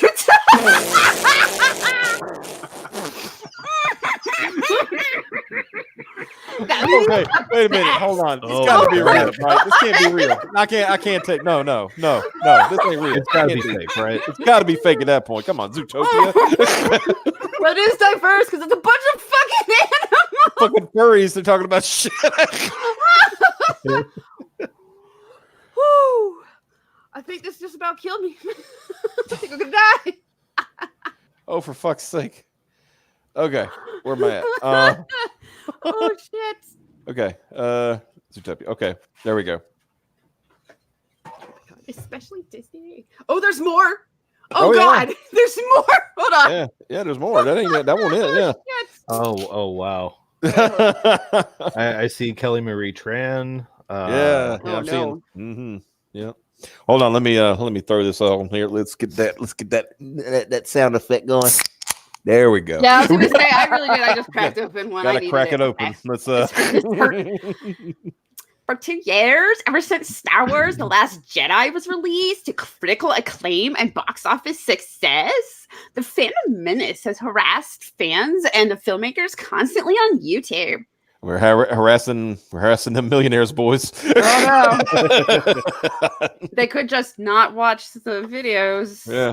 But you know. Oh my God! I just realized something. You think Roundhead? You think Ryan Johnson has been watching like Jeremy from Geeks and Gamers? Being so attacked right now. I'm really so attacked. I can't believe it. Jeeves, put the bubble bath on. I need to take a bath in some champagne. Feel so bad. While those magnificent films remained unaffected by those hateful words, but apparently they were affected. They were affected because this is the thing. What the Magnificent films. Okay, fuck? Oh my God. Mike, you sound like somebody who's like follows a lot of good films and stuff like that. When I say the word magnificent films, what do you think about? Not any of these, man. I mean, I off the top of my head, like freaking Magnificent Seven. He's got a name in it. Seven Samurai. Sure. We were talking about it earlier. Casablanca. Casablanca. Yeah. I mean, classics. Gone with the Wind. If that's your bag, Right. I mean, Thin Ones Red that, Line. yeah, And ones that stand to the test of time. Wizard of They're still- Oz. you know? Yeah. I mean, The Oh my Godfather. gosh. The Godfather. I mean, even Godfather Yeah. 3. I'll take Godfather 3 over Last Jedi. Yeah, come on. Sophia Coppola and all. Yeah. Give us more Fredo. Hashtag bring back Fredo. There you go. That's going to be a new hashtag. Bring back Fredo. Okay. Go ahead, Piper. As those films were beloved by many fans, praised by critics that were bought, won and got nominated for tons of Biggs Awards that were bought, and no Razzie Awards that was bought too, and were huge box office hits worldwide, which was bought by Disney. The FM still could not accept these facts and continued with their actions. Pause for a second. If they're not fucking affecting anything, What like does this she's have clearly to- saying that. What does this have to do with anything? She's saying they didn't get awards for being bad. That means they're good. Because only the opinion of critics and media outlets matter. Or Yeah. Yeah. You mean somebody who might be getting paid to? Yeah. Only the Okay. opinions of paid shills. All right. Go ahead. Their hateful actions have led to several incidents. Incidents. Yeah. Like American actress Kelly Marie Tran getting harassed constantly, that she left social media altogether, and a social worker for a Star Wars related charity getting sent to the hospital for her heart problems after she was harassed by several FM users. After she gently, this is one long run on sentence, holy shit. After she gently complained that they stole her charity's logo and used it for their own means. Pause. I know this story. I was gonna say I haven't heard this one. I have no idea what that's about. It's going to be in that Phantom Menace book that's coming out. Mm-hmm. This is bullshit. There is a group called, what are they called? The 501st. Right? Yeah. The 501st. Yeah, They're a I've charity. seen them, dude. They're awesome. Yeah, they're awesome, except for people like this person.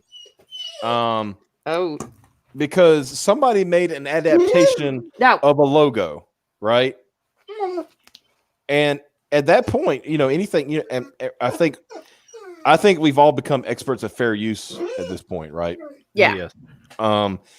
So once you make enough changes to something, it's fair use, right? It's a parody. You're not, and they're not making money off of it. You know, Phantom Menace is not making money off of this logo, right? It's just a fan thing. And get this. Let me go a little further. The 501st first logo technically is also in violation of copyright because that's owned by Disney. Yeah. So she was trying to claim copyright on it, and then she was harassing the person who made it.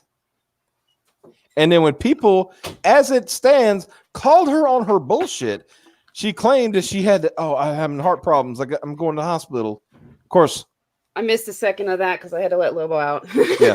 But of course, she never provided proof that she was in the hospital because she wasn't really in the hospital. Yeah, because that would make too much sense. Mike, actually. Mike, are you trying to say that this woman might be lying?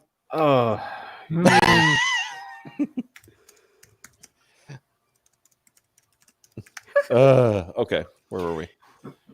Okay, you had stopped at those. Okay, at those poor girls. Yeah, okay. Those poor girls. That was really. Well, this is not even because this is not even a shit. They can't even fucking write. These aren't real sentences. It's kind of like these are the brokenest of broken sentences, right here. The run on and these is either run on or broken, comma. But at least for Tran, comma. It was a good move for her to leave social media, comma, because she is focusing on the positive comments many fans are giving her. So then just fucking leave social media, goddamn. Yeah, holy shit! It's like almost like it's almost like you can block that shit out by it's looking for it. I mean, Tyler, the creator, I'm not going to repeat exactly what he said, but he said, "How is social media real? Or how is cyberbullying real? Ha ha ha ha! Like close your eyes, ha ha ha! Like turn off the screen, ha ha!" Exactly. A few more explicitives put in there, but we're doing the same as she gave a memorable supporting. Yeah, it was memorable, but remember for all the wrong reasons. Yeah, we hope her career remains bright. I mean, it will if she can act. Oh, got him. I mean, any other movie, any other character. Here we go. We're gonna have a listing. We got a list of the bad boys. Okay. Here we go. No! I see a lot of friends. Yeah. Okay. I'm upset. I'm not on it. That's not. We'll be there one day. One day. Yeah. Now, this paragraph, maybe if it would stop wiggling. Sorry, I'm trying to get it right. Go ahead. No, you know what? Fuck you. How about this? It's gonna get dark. But it's gonna get dark. How do you like that? I want to see. I want to see it get dark. I'm good. Okay. Where was it at? Oh shit! God, this thing is long. Yeah, there we go. All right. Now, this paragraph may be dark, and we're sorry if it may be. God damn it! We're sorry if it may be, but go to school. We just feel it's important to say Mike, as a writer, how do you feel about this? Hold on a second, Piper. As a writer, how do you feel about it? This has to be fake. Yes, no, seriously. This is killing. Maybe English isn't their first language. Maybe. But this is the best stealth marketing mechanism campaign I've ever seen for these guys. Mm-hmm. So you got Geeks and Gamers, Comics Art Pro Secrets, the Star Wars Girl, Mindless Entertainment, and Amazing Lucas. I'd say someone is doing them a favor here. Right. Right? Like this. Here it is. Period. Mm-hmm. Are you fucking serious? It's not a sentence. Continue. Go ahead. There's a bunch of FM people around YouTube and social media, but 5 of the biggest offenders are Geeks and Gamers, Comic Artist Pro Secrets. You know that guy. Yeah.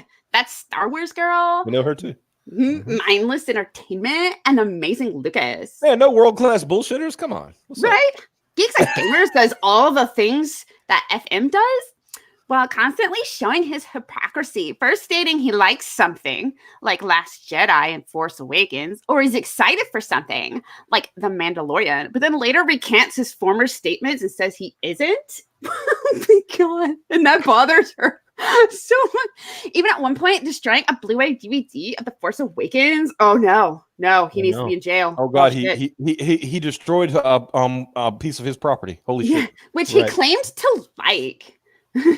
Comic Artist Pro Secrets makes videos of him stroking a Star Wars figure in a very unusual manner. No, wait a minute.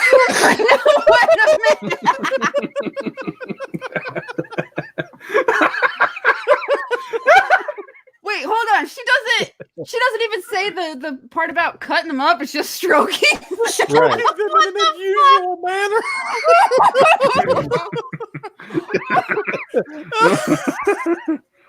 And constantly hates on all the films that have female leads in them, including the upcoming Charlie's Angels reboot. Only the movies that suck. Yeah. Right. That Star Wars girl states she doesn't condone bullying, especially to kids, but ended up bullying a 14-year-old kid. Well, you moved it anyway because you I'm trying to disagreed about her opinions. I got you. And she, and other, okay. And she and other, you don't need a fucking 2 commas. And other FM people, even use the recent passing of her sister as an excuse to insult fans even more. Wow. Okay. So this person, all right, this isn't fake. This isn't fake. That's Right. It's legit. That's some bullshit right there. Yeah, this is low. Yeah. That is Holy some fucking shit. bullshit. Holy shit. How about if we do a Wow. petition to get this petition taken down? How's that? Petition Works to for this me. person that wrote it needs to Mhm. fucking go to therapy. Yes. Yeah. Petition that she go to therapy. Yeah. Here you go. Mindless. Mindless Entertainment yells and screams a lot in her videos. Oh no. Always insulting and degrading the film she hates. Oh my God, she's got no. opinions. Fuck. Right. Oh man, she doesn't like the film she hates. Oh shit. And the amazing Lucas does the same too. Even saying that people who love The Last Jedi are recommended to people are on the path to darkness. Oh And my God, an wishing that- entertainer. Wait a minute. An entertainer is I'm using hyperbole. Whoop. Oh shit. Okay, anyway. And wishing that everyone who worked on The Last Jedi gets cancer. Ooh. Did those sound like legitimate opinions and constructive criticism from those people? Yeah, except maybe the last one. We most certainly do not think so. Who's we? Yeah, who's the we here? Who's Right. we? Who's here to read this? She needs to go to therapy, apparently. Like, Yeah, I mean, definitely. And we there's a believe few other people in there. Fuck. Yeah, we believe things like that should not be tolerated. If someone does not like a movie, that's good.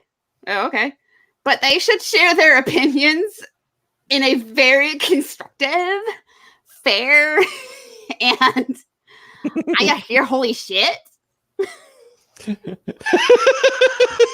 I gotta living punch in Piper in demolition the land. throat for reading it in this voice. What you saying about Demolition Man? No, just we really are living in the Demolition Man world. Like, Yeah.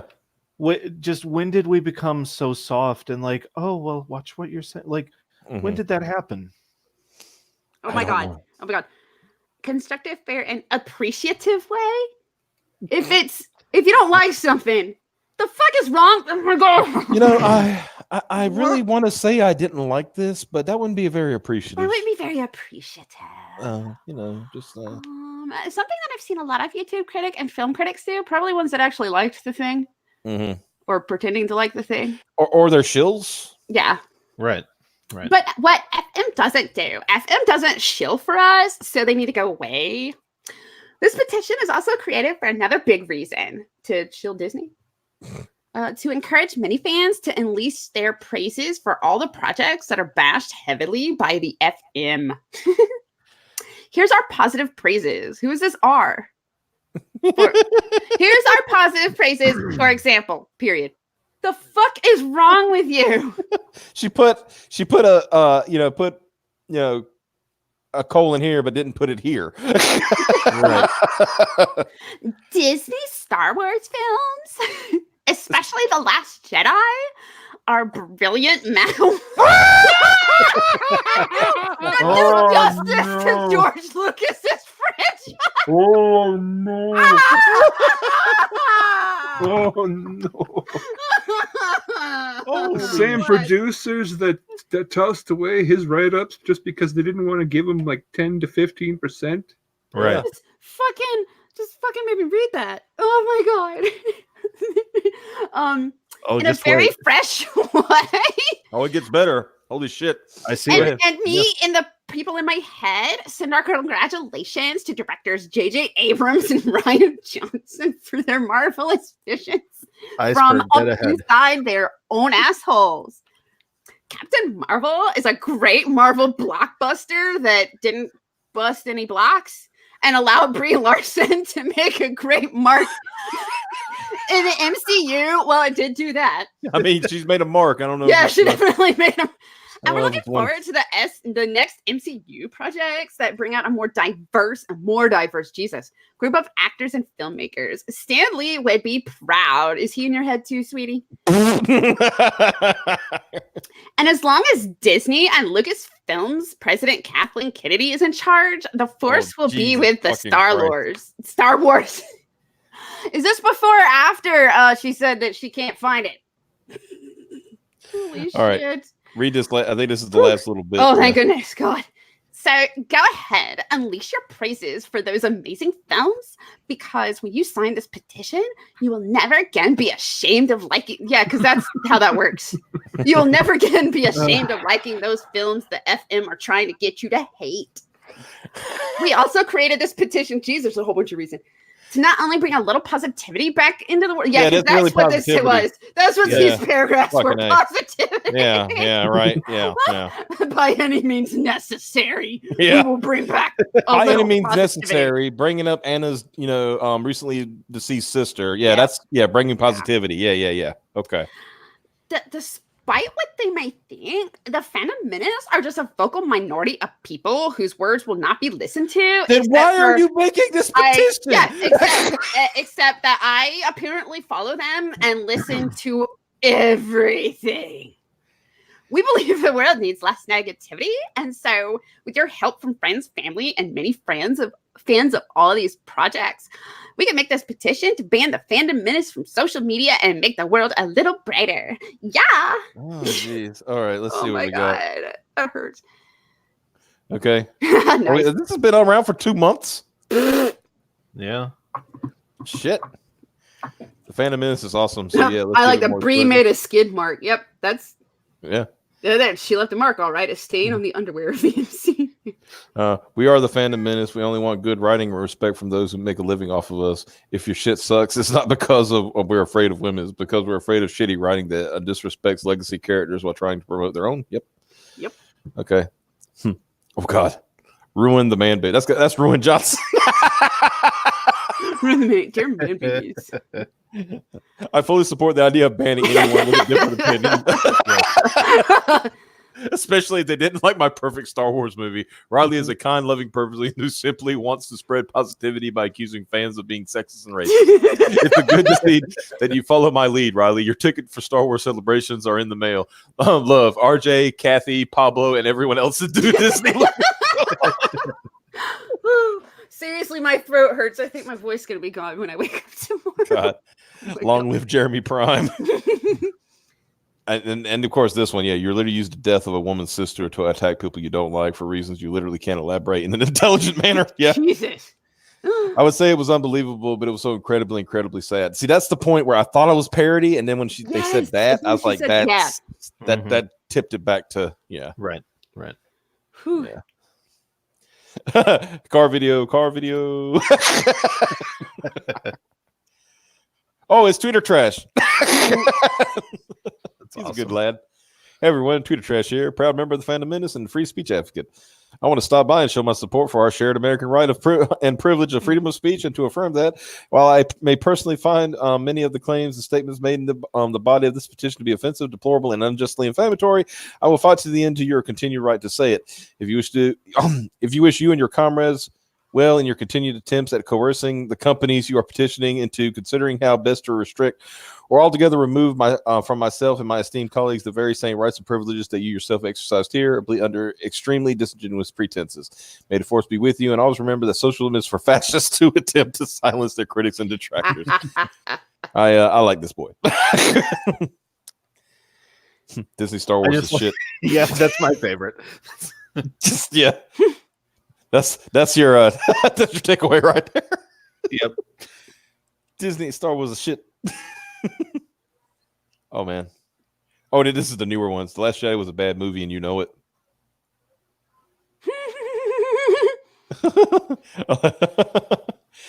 People having opinions are bad, and when people have opinions, they may think differently than me, and that is bad. Bad people are bad and need to be banned from everything. So only good, right-thinking people like me can talk. I do love this. I don't think she's actually gotten a legitimate freaking anybody on her side. I think you got this one. This is the one. I am sick or tired of it as well. Other people need to be included are Doomcock, Mecha Random 42, Nerdrotic, Egotistic, Fun Time, and Midnight's Edge, and graded 0.5. I was gonna say, and I'm still not there, but I get put. One day we will be included in one of these crazy petitions, and we'll laugh our asses off then too. Great. Star Wars is for everyone, not just self-entitled gatekeeping fan babies throwing tantrums because they don't like the new stories. Who's acted like a self-entitled fan baby? Pretty sure the person that made this petition is the embodiment of gatekeeping fan baby. As a longtime Star Wars fan, I'm sick of the negativity in the fandom. It's been going on for 20 years, and it needs to end. Has it been going on for 20 years? The fuck? I mean, unless you're saying like unless you're a prequel stan. I mean, that's the only thing I can figure. I love Star Wars in all its forms. You are a cuck. You should totally check out No Bullshit and Remarkable Republican. You will love their channels. That's more channels to check out now, boys. Yep. Oh, Hail Doomcock Army. Okay, yeah, that's enough for that. Holy shit. Whew. That's the level of crazy we're dealing with. I'm telling you, dude. Gosh. Grade 0.5. Did the woman who wrote this also pose with a guy while she was wearing a shirt about blowjobs and socials? Right. Oh man. You got like Wonderwall. I got y'all for the system score. Yeah, that Wonderwall was nice. Yeah, that was cute. That was cute. Like Jen Daw's a good person. I've known her a long time. Yeah. That's like around 2014, I'd say. Yep. Yeah. Our culture has gone serious. If you don't have anything nice to say, don't say anything at all. I mean, that's the problem. They don't want to. They want to dish it, but they don't want to take it. You know. Yep.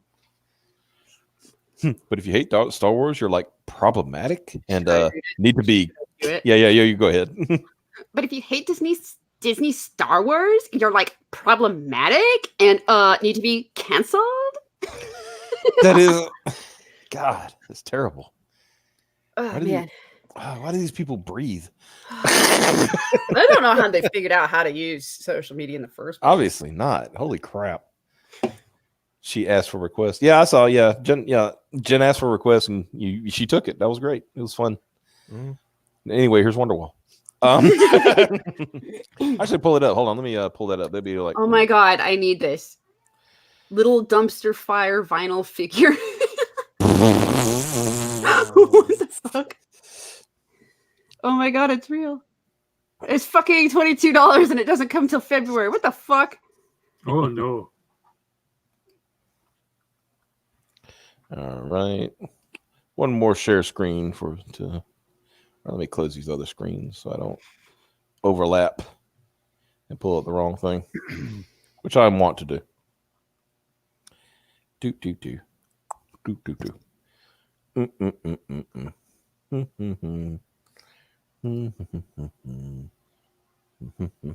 Share.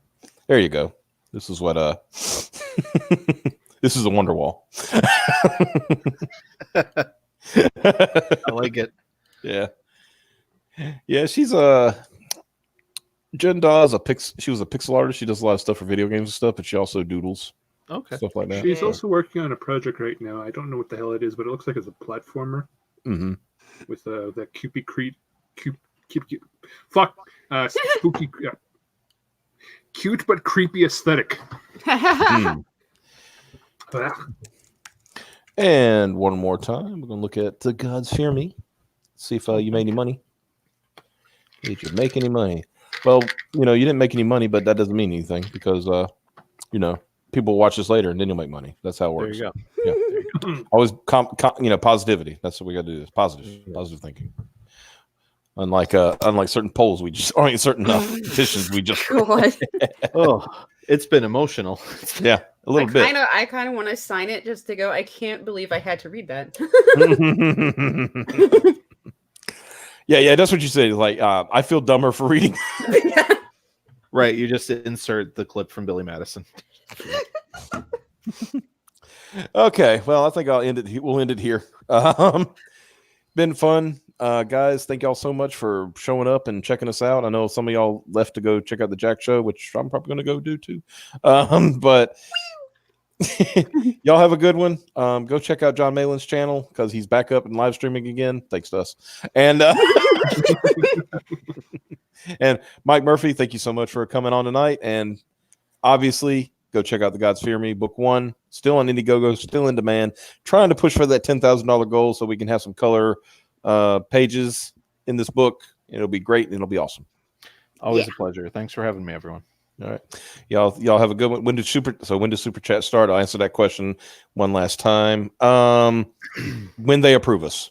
Yeah, whenever YouTube gets around to it. Yeah, because we have the subscribers, we have the hours. We're just waiting on them. Once they get their part done, then we'll knock it out like it's 1999 or whatever.